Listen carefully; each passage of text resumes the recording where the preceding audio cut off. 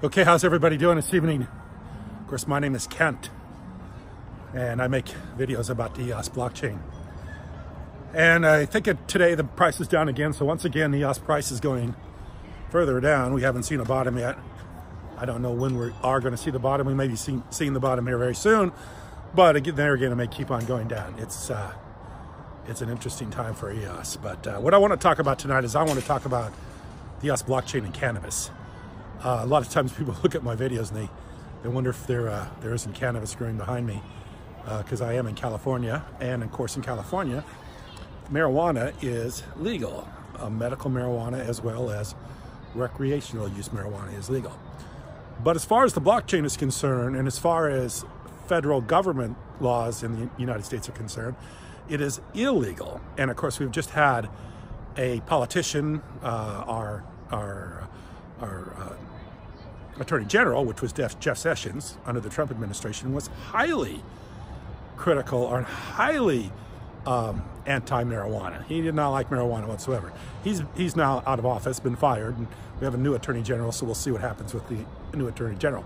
But it's an interesting dilemma because you have the federal laws that are somewhat different than state laws, and the two collide.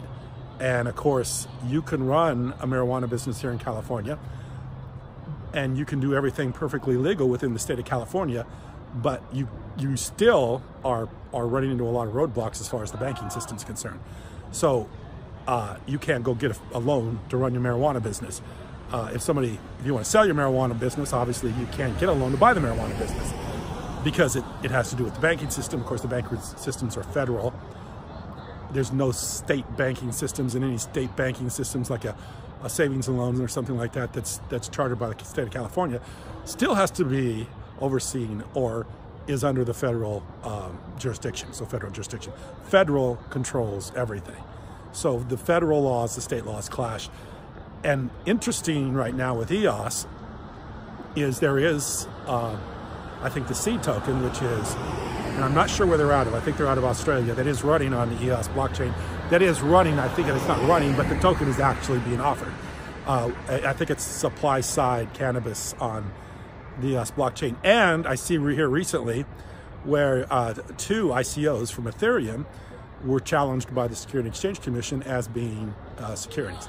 So they were penalized, had to give back the money and all kinds of stuff. And you don't want to get into those problems. You don't want to get sideways with the Securities and Exchange Commission in the United States of America about being a security. And of course, they're going to go after people like cannabis companies. They're going to go after cannabis ICOs. So if EOS may be the opportunity for someone to run some sort of an application or a decentralized application on EOS. Because they don't have to do it through an ICO, they can do it through an airdrop or do air grab or something like that and not be considered a security. But, and I know that this is an international blockchain and anybody around the world can do anything they want to do on the blockchain, but still money is international, and there's a lot of rules and regulations as far as money is concerned. And if US government, US dollar is going to make sure money isn't being used to trade drugs or trade cannabis or any other drug as far as that's concerned, you could have a problem. So this is interesting times as far as that's concerned. Just as you know, we have the internet and people able to, like is the Silk Road. I think the guy went to prison for the rest of his life on the Silk Road because he was dealing heroin over the internet. Now we have the blockchain. How far can the blockchain go with stuff like cannabis, and how far will it go? How far can it go? You know, and what will happen in the future? And this may be the opportunity for someone to do a cannabis business on the blockchain with EOS and not have to run an ICO, can do something like an airdrop. But this is interesting times as far as that's concerned, and we'll see what happens. As I said earlier, perhaps EOS is the opportunity to do that. But I'm sure whoever does that sets themselves up as a target.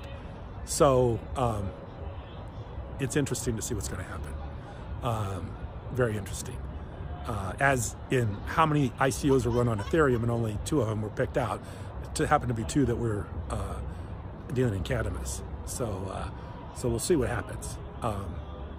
But this is an interesting opportunity for the blockchain, interesting time for the blockchain to be able to do something like a cannabis business or do something like that and not run afoul of international banking laws. But we'll see what happens. I appreciate you watching. Thank you very much.